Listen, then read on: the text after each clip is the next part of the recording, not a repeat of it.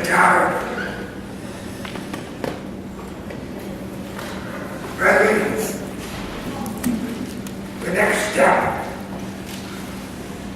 sort of what they used to say is when the rubber meets the road. The next step is how our ministers going to survive. I believe when people begin to see the reality of the false teaching of the prosperity movement, and they find out they're not having prosperity, the only ministries that are going to survive are going to be those that are faith ministries, like churches that are faith ministries, churches. I just briefly need to ask the Lord for the strength. Loving Father, you never run out of grace, and I never run out of need. Right now I need to strengthen me by your Spirit in my inner man. Energize me by thy Spirit, and let it be a blessing to all of us here as we shine the light upon your word for Christ's sake. Amen. Faith Ministries, my text was Mark 16:15a and Matthew 28:19a. Go into all the world and preach the gospel to every creature. Now, there are many churches that do that, but they forget the second commandment. And that's why people fall away. Matthew 28:19. Go therefore and teach all nations, or go through therefore and disciple all nations. That's what's lacking. Now, Christ Bible Church and faithful ministries are called to preach the gospel and to disciple. Now, the wonderful thing about a vision that Joe Jack was that I had for years is that it's not to be just contained within the body of Christ Bible Church. It's to be shared by distribution of books. All these books are the pastors that were on the table, what we just sort of heard, as such an enlightenment, are needed to be sent throughout the world. And so, what kind of a ministry is God going to bless? Well, I found some interesting verses. Now, I can sort of call this the difference between flesh and spirit. The arm of flesh going down to Egypt, trusting chariots and horses, much of ministry today. Certainly all those false ministries depend on money by manipulating people, and definitely depending on modern techniques. So, it's interesting that the leader of the underground church in China that came to America a number of years ago made this statement, I love it. He said, it is amazing to me the great things that American churches can do without God. Yeah. It is amazing. We heard the example of it. It's amazing. Because the flesh has power. It's manipulated and it appeals to human nature. Now, I want two particular portions of Jeremiah. One of them, the negative aspect of the flesh, and the other one, the positive aspect of the spirit. I'm going to begin with Jeremiah 17, verse 5. Thus saith the Lord, cursed be the man that trusteth in man, and maketh flesh his arm, and whose heart departed from the Lord. Now that's a very powerful statement. It talks about man, trusting in man. We heard it. I was very blessed by the blessing. I mean, this is it. And we heard about what flesh is. And so before I get to the second part of Jeremiah, a little extra comment. In Isaiah 31, 1 and 3, this sort of adds to it.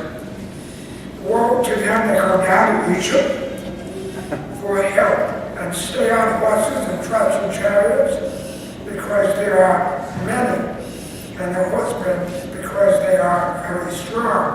But they look not unto the Holy One of Israel, neither seek the Lord.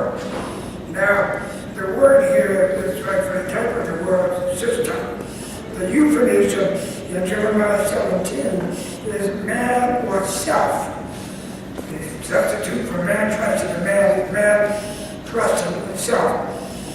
And then we have the third verse of Isaiah 31. Now the Egyptians are men and not God.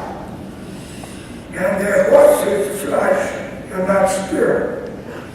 When the Lord shall stretch out his hand, O he that helpeth shall fall, and he that is helped shall fall down, and they shall all fall down together. Humpty Dumpty sat on the wall.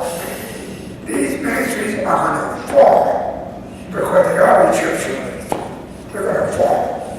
I think we're going to begin to see the beginning of that because there's many faithful servants who are exposing this, and the true remnant will be enlightened and delivered from these false ministries. Now, outwardly, it does not look like it falls, but in the day when every man's work shall be made manifest, you know that? Of course.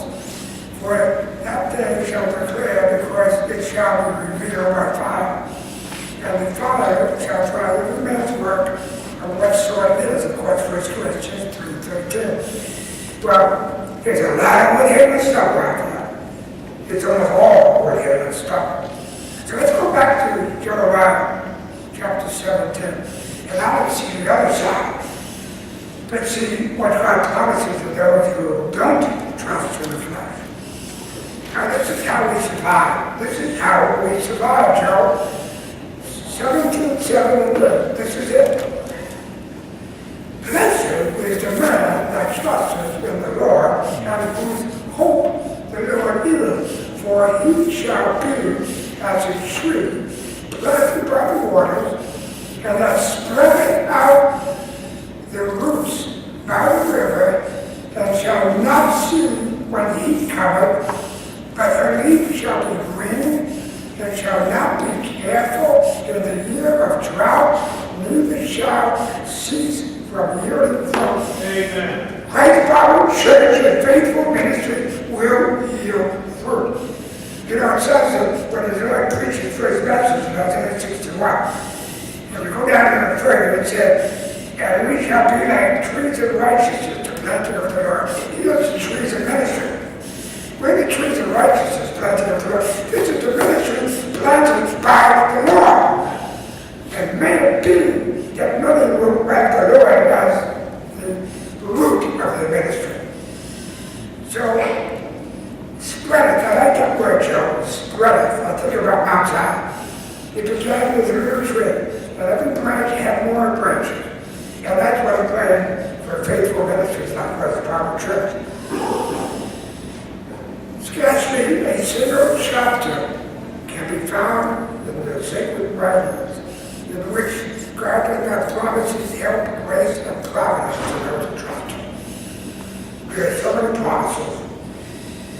Remember what Jesus said in Matthew 6 that we spoke about earlier? Keep seeing the ravens, where they shall not, neither do they reap near the storehouse, nor barn, and God feedeth them, and how much more valuable are you? So that's why in Psalm 37:5 there it said, commit thy way to the Lord, and trust in him, and he will do it. Now, I don't know if you know the story about King Amaziah when he wanted to come against the Edomites and hired an army. Anybody know that story? It's been one of my favorites about Zion. In 2 Chronicles, we're going to read a few short verses. They have a lesson for us. Here's a man that wanted to do what he thought was right. And what he did is he figured, we're going to really finish up with the Edomites. So what I'm going to do is I'm going to go over to Israel, fallen plots, policy Israel, and I'm going to hire 10,000 men to join my army so that we will show God what he wants us to. We're going to destroy his enemy. So let's see what God says about it in 2 Chronicles 25, verse 6 to 9. This is the story. He hired also 100,000, he hired 100,000 mighty men of valor out of Israel for 100 talents of silver. That was a lot of money.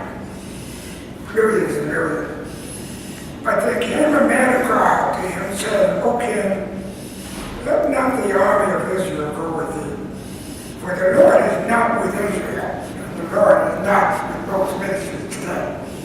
And he said, to wit, with all the children of Ephraim. Now listen to them. But if thou wilt go, do it, be strong for battle,